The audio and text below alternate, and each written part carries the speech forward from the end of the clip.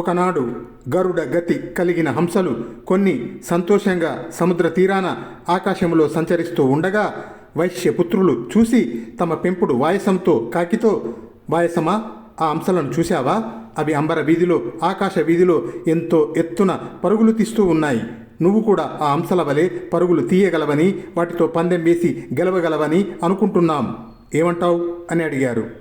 అసలే గర్వంతో విర్రవీగుతున్న ఆ కాకి వారి మాటలకు మరింత ఉబ్బిపోయి తాను నిజంగా అంతటి దాననే అనుకున్నది. తారతమ్య జ్ఞానశూన్యులు, అల్పబుద్ధులు అయిన ఆ వైశ్యపుత్రుల మాటలు నమ్మి ఉచ్ఛిష్ట దర్పితమైన కాకి మూర్ఖత్వంతో హంసల వద్దకు వెళ్ళింది. తనతో పరుగు పందానికి రమ్మని వాటిని పిలిచింది. అప్పుడు హంసలు నవ్వి, ఓ వాయసమా, మేము మానస సరోవరములో సంచరించే వాళ్ళము. ఈ భూమి అంతటా మేము తిరుగుతూ ఉంటాము.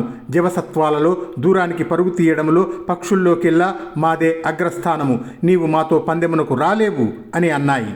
కానీ ఆ కాకి గర్వంతో, హంసలారా, గతులు 101 ఉన్నాయి. 100 యోజనాల దూరంలో ఒక్కొక్క విచిత్ర గతితో వివిధంగా పరిగెత్తగలను. ఒక్కసారిగా పైకి ఎగిరి వెళ్ళగలను. అక్కడి నుంచి చక్రాకారంలో తిరుగుతూ క్రిందికి రాగలను. ఆ విధంగా వివిధ గతులలో చిత్ర విచిత్రంగా ఎంత దూరమైన గగన వీధిలో, ఆకాశ వీధిలో విహరించగలను. కావాలంటే మీలో ఎవరైనా సరే ఒక్కరు నాతో పందెం వేసి చూడండి అని పలికింది.